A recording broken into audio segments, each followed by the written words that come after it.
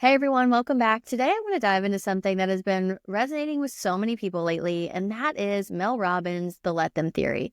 I did share a review already on my Substack of The Let Them Theory, what I really took away from this book, my favorite parts of this book, and I feel like I'm just being inundated with seeing this book everywhere right now. And I get it. It's striking a chord, especially with women, because it's such a powerful mindset shift. And like I mentioned in my review, the action piece that comes with the mindset shift is what I think is really the most impactful. But as Mel even points out in the book, parenting is different. We can't just let them when it comes to our kids making every decision, what to eat, what to do, or how to navigate their world. We have to be their sturdy leader. And one part of the book that really stuck with me is where she says that kids, they can't be responsible for their own health. That's on us as parents. We have to step in, get them the support they need, and guide them. And we also have to get the support that we need in order to support them. But as I was reading, I kept thinking there are parts of the let them mindset that absolutely apply to parenting, especially if we are working towards that Goldilocks approach, authoritative, warm but firm, right in the middle sweet spot. And what I love about let them is that it's ultimately a shift in perspective about what's in our control. And if there's one humbling realization in parenthood, it's that we cannot control our children. We can guide them, we can set boundaries, but at the end of the day, they are their own people. For some kids, especially those with more challenging temperaments, this is in our face constantly. And for others, those who are more easygoing, it can feel like we have more control than we actually do. But what we do have control over is us, how we show up, how we lead, how we set the tone in our homes. And so today, I want to walk through my take on the let them theory when it comes to parenting, what we let them do and what we let ourselves do in response, because the power is really in both parts. So to kick it off, I'm going to do let them. Let them be upset with you because you held a boundary. It's okay if your child is mad about losing screen time. It's okay if they don't like your decision to hold off on an Apple Watch or a smartphone. You are the adult. You are making choices based on their well-being and the data. Let them be upset. It doesn't mean you're doing anything wrong. They are a kid. They're not getting what they want, and that can feel upsetting. Kind of along the same lines, but let them be frustrated. When we make decisions that don't align with what our kids want, frustration is a natural response. If we try to fix or prevent every moment of discomfort, they don't learn how to manage their emotions. We need to let them sit in it for at least a little bit. Let them forget something and deal with the consequences.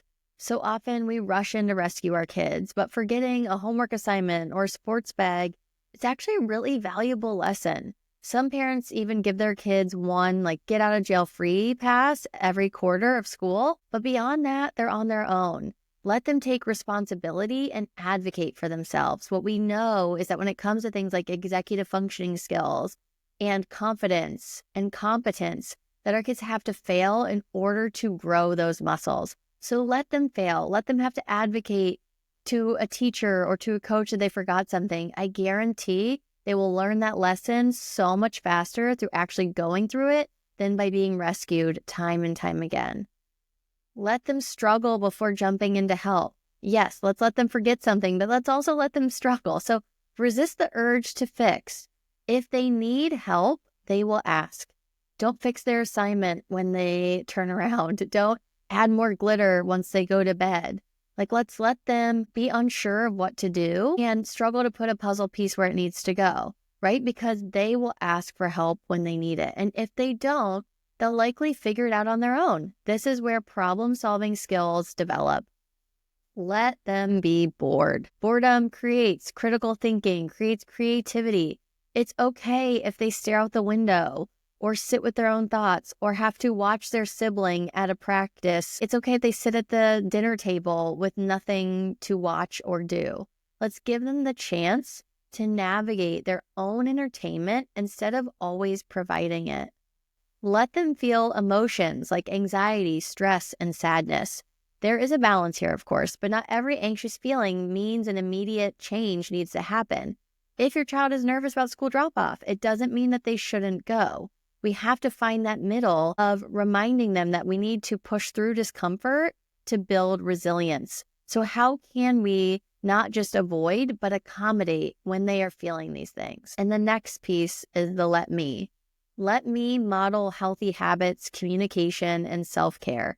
Kids learn how to regulate by watching us. We need to show them how you take care of yourself, how you maintain friendships, how you handle stress, right? That's how they're going to learn all those life skills that we want them to develop.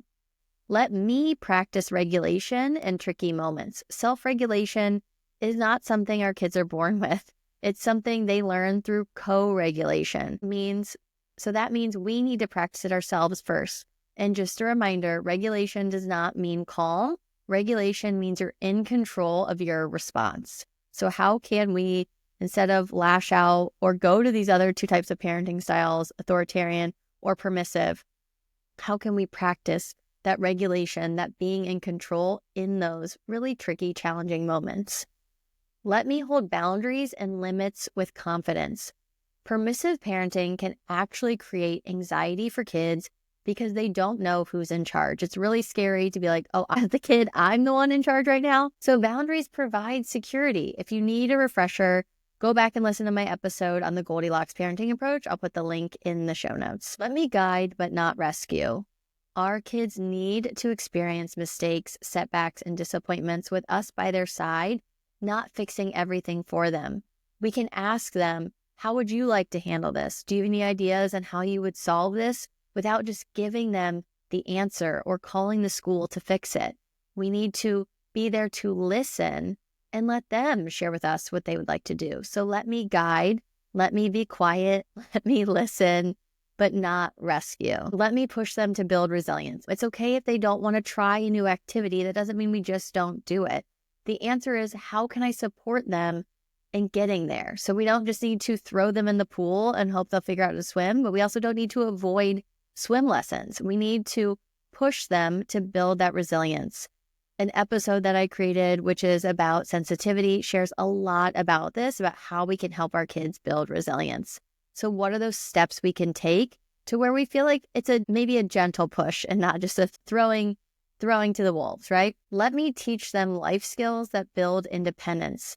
Too many kids are reaching middle school without basic skills. I have been shocked at the amount of students last year. I had 6th graders that did not know how to tie their shoes, open up lunch bags, clean up after themselves. So it's not just that our kids need these structured activities.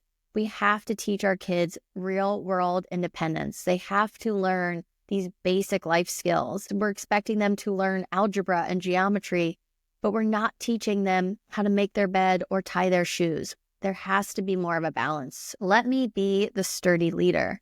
You are not your child's friend. You are their safe, steady guide. They will be upset with you at times, and that is okay because you are making decisions from a place of wisdom and love. I promise you, as somebody who grew up in a permissive household where there weren't rules, where it didn't feel like a lot of times there was a sturdy leader, I craved that. And so let me be the sturdy leader, even though it's going to be hard to upset them. So the let them theory is a reminder of what is within our control and what is not. And as parents, we can't control our kids, but we can control how we show up. We can hold the line, allow them to feel safe, and step into our role as sturdy leaders. I know some of what I shared, it might feel harsh. It might feel like, ouch, I can't believe she just said that. But that's what our kids really need from us. So this week, I challenge you, where can you lean in to let them? And where can you step in to let me? Thank you for being here today. If this episode resonated with you, I would really love to hear your thoughts. Send me a message, share it with a friend, comment below. And as always, I am so grateful to be a part of your parenting journey. See you next time.